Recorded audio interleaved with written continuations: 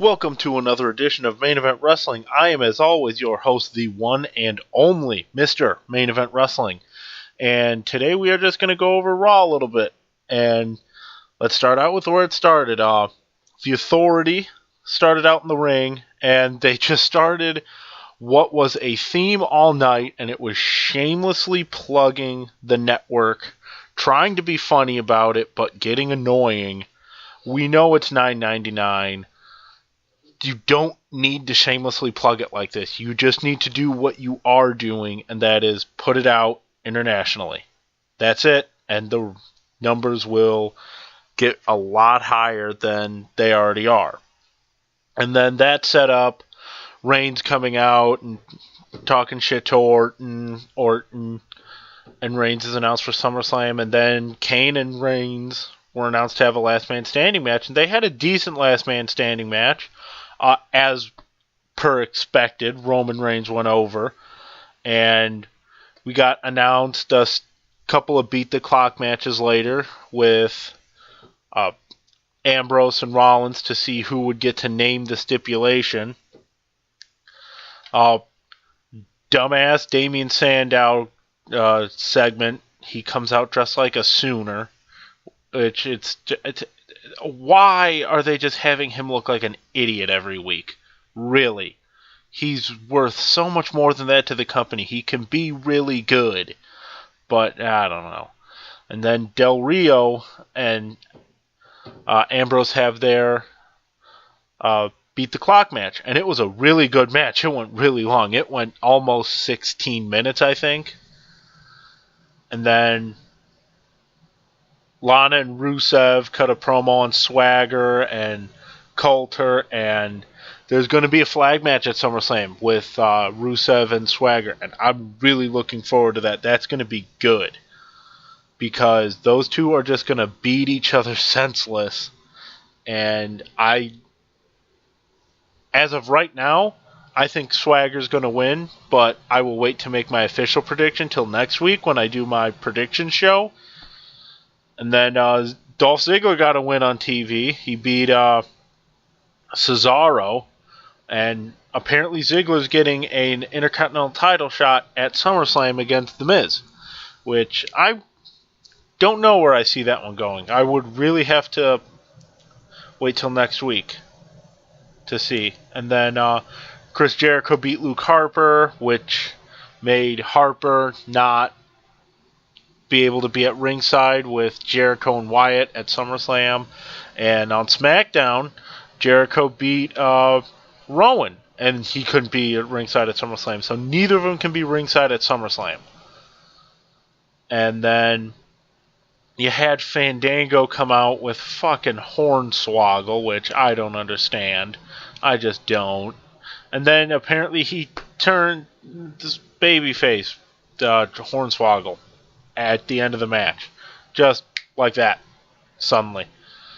Then Bo Dallas gets a win over R-Truth. And then they brawl outside the ring.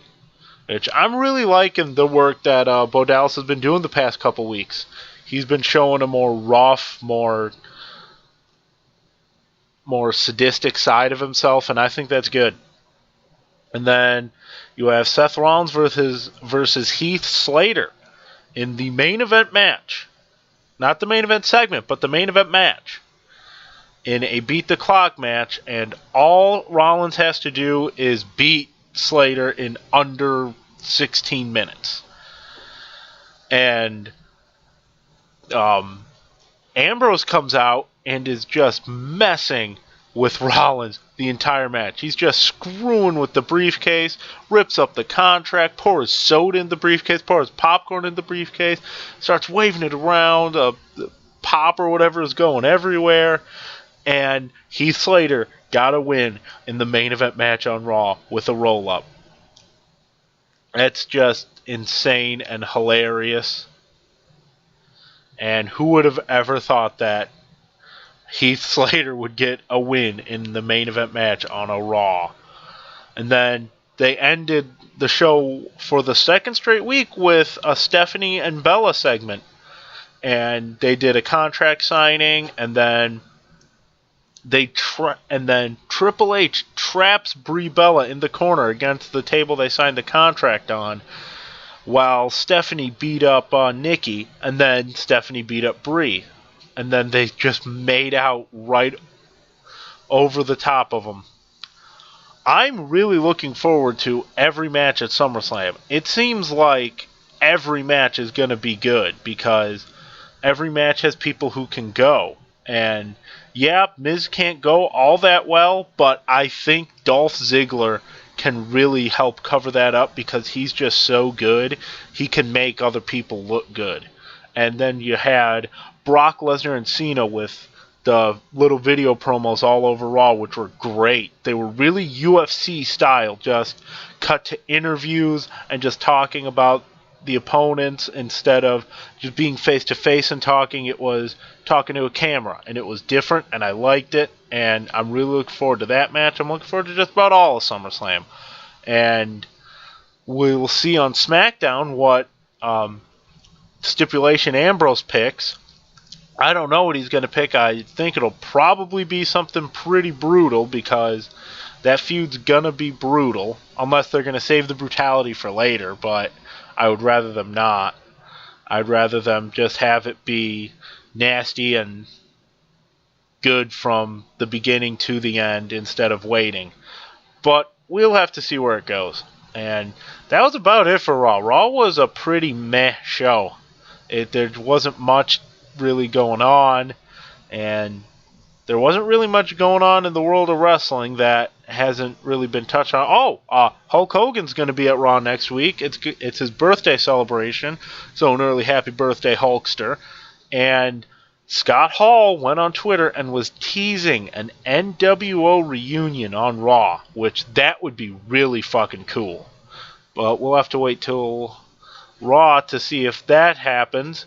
And I'm getting the Paul Heyman DVD in the mail, hopefully within the next couple days. And I'm really excited for that. It should be just an amazing documentary because there's just so much Paul Heyman has done that not a lot of people realize he's done. And if they watch the documentary, I hope they realize how important he's been to WWE's success at points.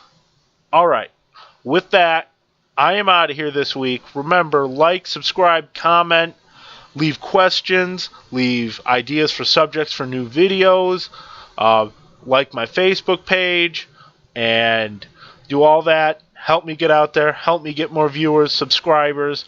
More subscribers, more viewers equals more content equals happier viewers.